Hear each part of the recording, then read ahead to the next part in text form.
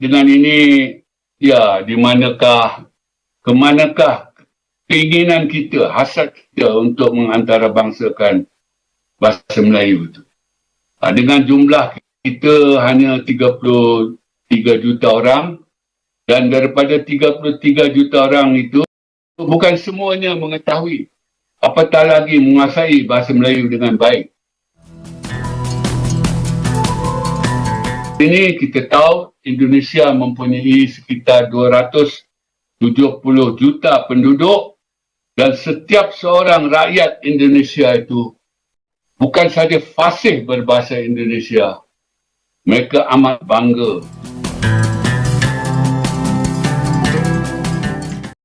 Hai guys, jumpa lagi. Kali ini kita akan membahas nasib bahasa Melayu Malaysia. Rupanya ada pula Profesor Malaysia yang bersikap sangat realistis mengenai bahasa Melayu Malaysia. Ia mengatakan bahwa Malaysia seharusnya lebih mengutamakan program memartabatkan bahasa Melayu di dalam negara Malaysia sendiri ketimbang berambisi menjadikan bahasa Melayu sebagai bahasa dunia. Yuk kita simak pendapat beliau ya. Semua kehebatan dan kejayaan bahasa Melayu ini pada saya lah sesungguhnya adalah legasi budaya lampau. Saya ulangi, legasi budaya lampau. Hari ini ia nostalgia sahaja. Ia kenangan semata-mata pada masa hari ini. Ia tidak lebih daripada maknanya legasi yang saya sebutkan tadi, yang kita amat kagum itu. Pada hari ini ia tidak lebih daripada perasaan sentimental kita, iaitu perasaan kita tentang masa lampau. Dan masa lampau itu penuh dengan banyak perkara indah. Dan perkara indah itu sangat menggembirakan kita. Tetapi semua itu tiada lagi pada hari ini. Dan kita semua tahu sukar sekali untuk dikembalikan. Apabila kita melihat kepada perkembangan semasa yang berlaku pada bahasa Melayu hari ini, yang banyak diperlakukan secara negatif oleh kita sendiri. Jadi saya kira tuan-tuan dan puan-puan, kita perlu membina legasi budaya baharu untuk bahasa Melayu ini.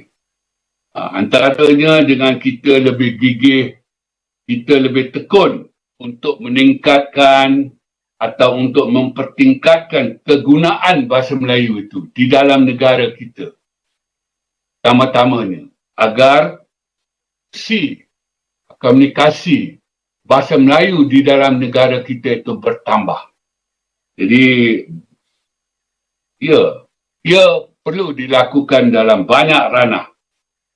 Antaranya politik, perdagangan, media, komunikasi, pendidikan dan segala macam yang lain. Jadi semua ini penting untuk kita bina semula legasi budaya bahasa Melayu yang hebat lagi cemerlang yang ada pada kita pada satu masa dahulu. Jadi dengan perkataan lain, tuan-tuan dan puan-puan, bahasa Melayu pada masa ini belum berjaya pun menembusi secara mendalam pelbagai ranah kebangsaan di dalam negara kita. Dan antara ranah kebangsaan itu ialah politik, ekonomi dan sosial. Dan bagi saya, ini sangat perlu diberi perhatian serius terlebih dahulu sebelum usaha mau mengglobalkan dan juga mengantarabangsakan bahasa Melayu itu. Jadi bagi saya, kita perlu mengakui serba kekurangan yang ada pada bahasa Melayu.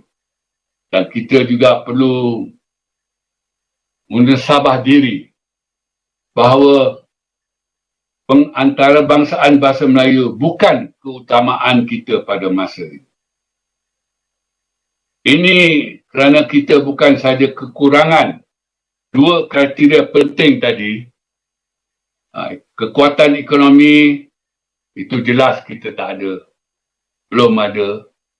Dan Yang kedua, kita juga tidak ada legasi budaya.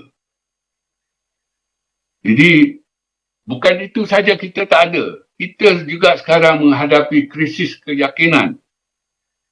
Selain masalah identiti jati diri terhadap bahasa Melayu. Dan malang sekali krisis keyakinan itu, masalah identiti dan jati diri terhadap bahasa Melayu itu adalah daripada orang Melayu sendiri. Jadi bagi saya, kita pertama-tamanya hendaklah membina semula legasi budaya bahasa Melayu ini dengan bahasa Melayu itu diberi banyak peranan kenegaraan, dan peranan kenegaraan yang banyak itu jangan sesekali bersifat simbolik semata-mata. Ia perlu sangat-sangat peranan fungsional. Itu betul-betul berlaku.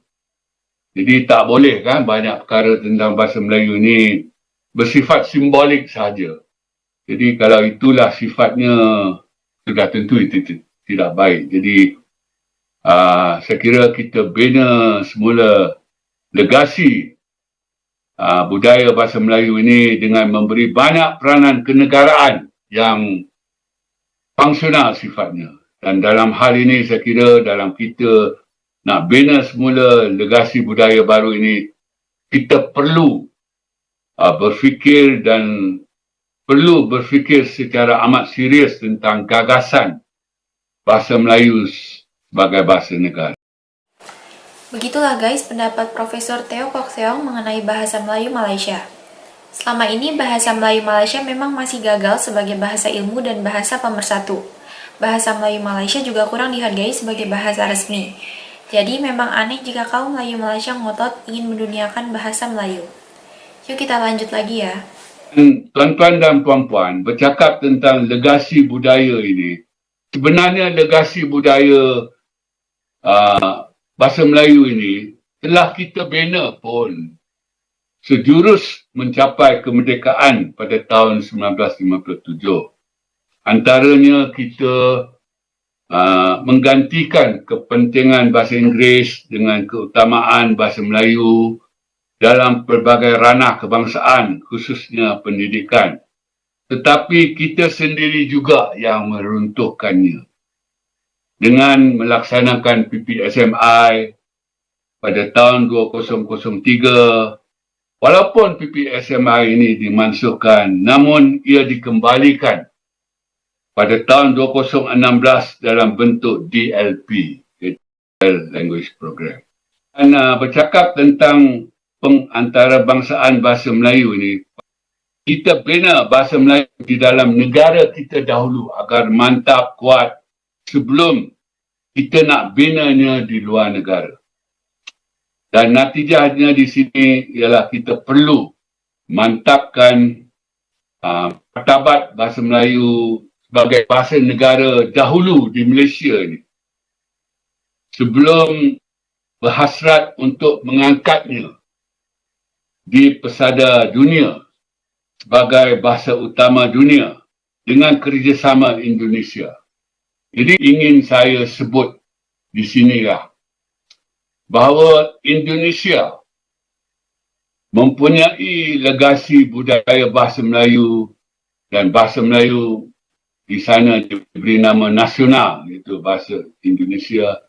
Dan legasi budaya bahasa Melayu atau bahasa Indonesia itu, pertama yang lampau itu memang ada. Kita pun ada yang lampau masa kehebatan bahasa Melayu pada abad 16, 17, 18, 19, abad ke-20. Indonesia ada yang itu, kita pun ada yang itu.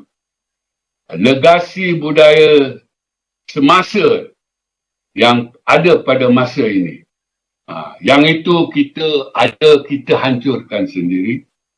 Di Indonesia, ia dibina semula setelah mereka merdeka daripada Belanda pada tahun 1945, dan mereka tidak pernah runtuhkan legasi yang mereka bina selepas penjajahan itu.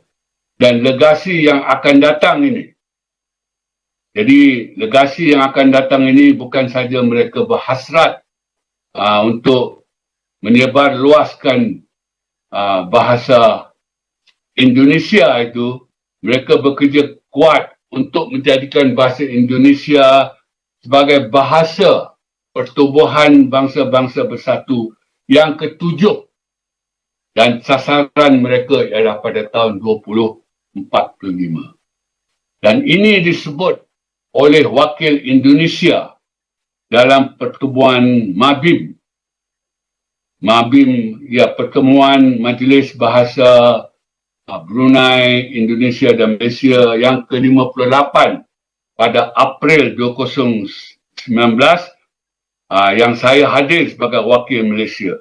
Tapi sayangnya legasi budaya bahasa Melayu, bahasa Indonesia yang akan datang ini, yang ingin menjadikan bahasa Indonesia itu bahasa bangsa-bangsa bersatu yang ketujuh. Jadi mereka kata, kita mau jalan sendiri-sendiri. Maknanya Indonesia mau lakukannya sendiri-sendirian. Tidak mau bekerjasama dengan Malaysia. Jadi dengan ini, ya, kemanakah keinginan kita, hasrat kita untuk mengantarabangsakan bahasa Melayu itu. Dengan jumlah kita hanya 33 juta orang, dan daripada 33 juta orang itu bukan semuanya mengetahui, apatah lagi menguasai bahasa Melayu dengan baik. Yang kedua, kita tidak ada legasi semasa. Kita bina selepas merdeka, kita sendiri yang runtuhkannya.